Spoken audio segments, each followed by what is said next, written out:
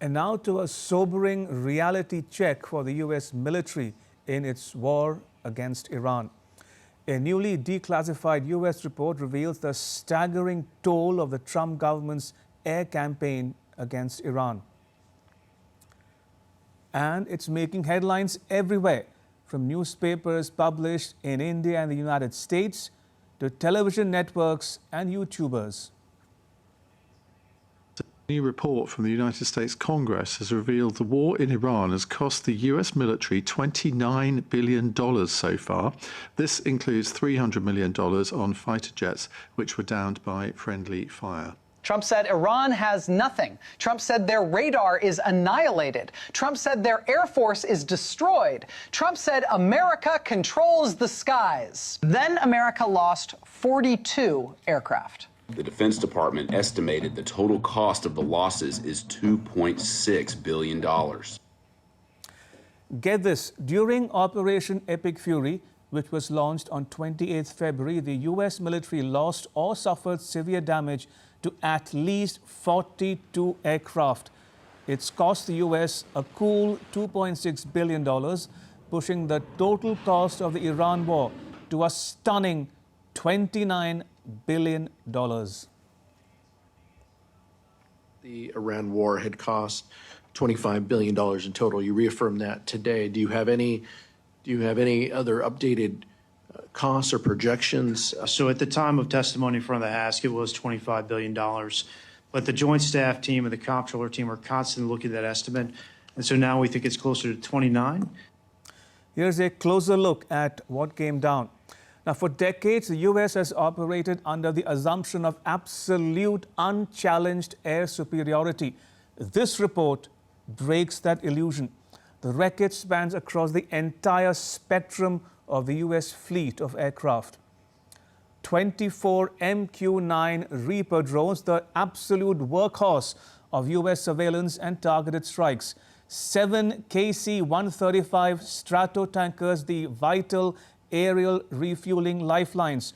4 F-15E Strike Eagle fighter jets. 2 MC-130J transport planes, which the U.S. intentionally destroyed on the ground in Iran after they could not take off. 1 Triton surveillance drone. And the big headline maker, an F-35A Lightning II stealth fighter listed as combat damaged. Now, some of these planes were blown out of the sky by surface-to-air missiles. Others were sitting ducks on the tarmac during Iranian ballistic missile counterattacks on U.S. bases in the region. Now, I should add here that the report released on 13th May is based on a compilation of statements made by the Department of War and news reports. The U.S. government has not released its own official combat loss assessment. But to truly understand why Washington, D.C. is buzzing over these 42 aircraft, you have to put this number into historical perspective. The U.S. has simply not seen an aviation attrition rate like this in its modern history. In the 1991 Gulf War, the U.S. lost more planes, but that was because they were flying against thousands of Soviet-era Iraqi assets in a massive theater-wide conventional war. In the decades since, including the 2001 war in Afghanistan and the 2003 war in Iraq, the U.S. Air Force operated with virtually zero threat from the ground. And therefore, losing 42 highly advanced multi-million-dollar platforms in just over a single month against Iran signals that the era of easy air supremacy is officially over. Now, you've got to understand something here. The F-35A Lightning II is an $80 million piece of cutting-edge technology designed explicitly to be invisible to enemy radar and survive the world's most hostile air defense networks. Before this conflict, an F-35 had never, ever been downed in combat. Yes, F-35 variants have seen combat action with Israeli and U.S. forces in Syria, Gaza, and Yemen since 2018, but none had ever been verified as damaged or downed by an enemy. Now, the fog of war in Iran has changed the narrative. Now, back in March, reports surfaced of an F-35A making an emergency landing at a regional base with shrapnel wounds after taking ground fire. Now, the latest US report publicly validates that an F-35A was indeed damaged. And Tehran has pounced on this admission.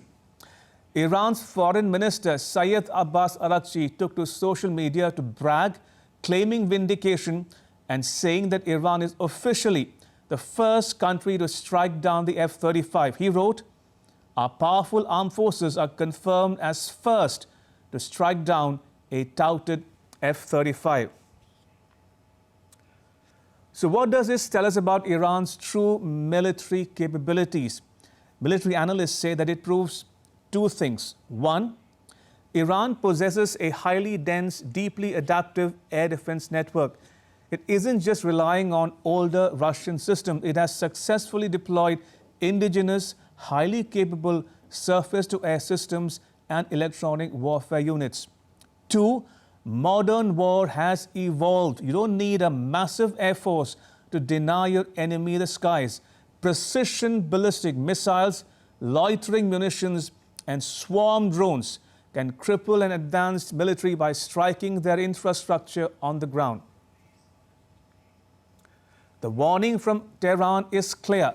Minister Araghchi wrote on X that if military action resumes, Washington, D.C. will face, quote, many more surprises. Now, all of this raises serious questions for U.S. lawmakers about strategy, risk assessment, the resilience of U.S. high-tech arsenal, and the long-term sustainability of air operations against a determined adversary with modern air defenses. Now, some U.S. lawmakers are asking whether the U.S. campaign's intensity and exposure of high-value assets were necessary, or if lessons from drone-heavy standoff warfare could reduce future risks. A fierce debate is underway among U.S. lawmakers over whether the Trump government underestimated its adversary. One lawmaker even questions the success of Operation Midnight Hammer, a massive, highly coordinated U.S. military strike executed in June 2025 that targeted and disabled 3 critical nuclear facilities inside Iran. We had to start this war, you just said, 60 days ago, because the nuclear weapon was an imminent threat. Now you're saying that it was completely obliterated? They had not given up their nuclear ambitions, and they had a conventional shield of thousands of missiles. So Operation Midnight Hammer accomplished nothing of substance. It left us at exactly the same place we were before. And public opinion is hardening too. A newly released poll indicates that 64% of U.S. citizens believe that starting the Iran war was the wrong decision. Now, this puts severe political pressure on President Donald Trump as a fragile truce hangs in the balance.